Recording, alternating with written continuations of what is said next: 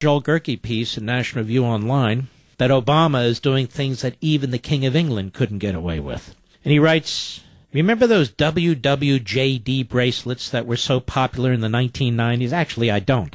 Well, he says, an expert at the Law Library of Congress, a nonpartisan branch of the Library of Congress that has advised Congress on the Supreme Court since 1832, tackled a slightly different question. What would George III do when faced with a law he didn't like?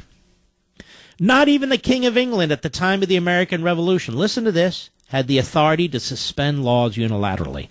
The law library expert wrote in a memorandum to the Senate committee tasked with responding to Obama's recent executive orders on the enforcement of immigration law. Not even the King of England has exercised the kind of power that Obama has exercised, in my opinion.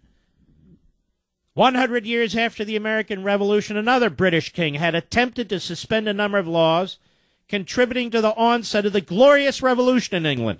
A senior foreign law specialist at the Law Library writes in the memo to Senate Judiciary Committee, and in specific Senator Jeff Sessions, who has really become a standout in the Senate. King George III, the specialist goes on to remind the committee, was thus unable to enact or repeal any laws unilaterally without the involvement of Parliament. Got that, Supreme Court?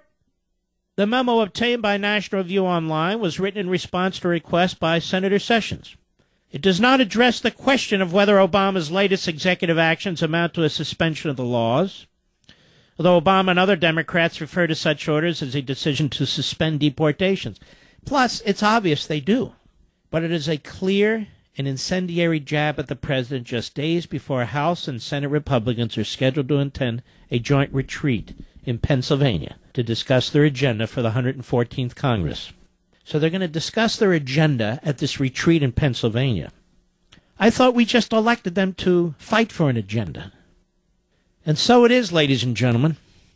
So it is that I have been calling this president imperial, his actions despotic. I gave him yet another name for his multiple personalities, Benito Obama. He's every bit the George III. Now, some people will say, we elected him. When you elect somebody, that does not give them free rein to exercise power that they do not have. It doesn't give them free rein to violate the Constitution. This isn't an election about the Constitution or changing the Constitution. This is an election about electing somebody who is to uphold the Constitution, who is to take an oath to faithfully execute the Constitution. That's essentially the job description. An election does not change that fact. And I hear it said all the time, elections have consequences, but so does the Constitution. These aren't plebiscites.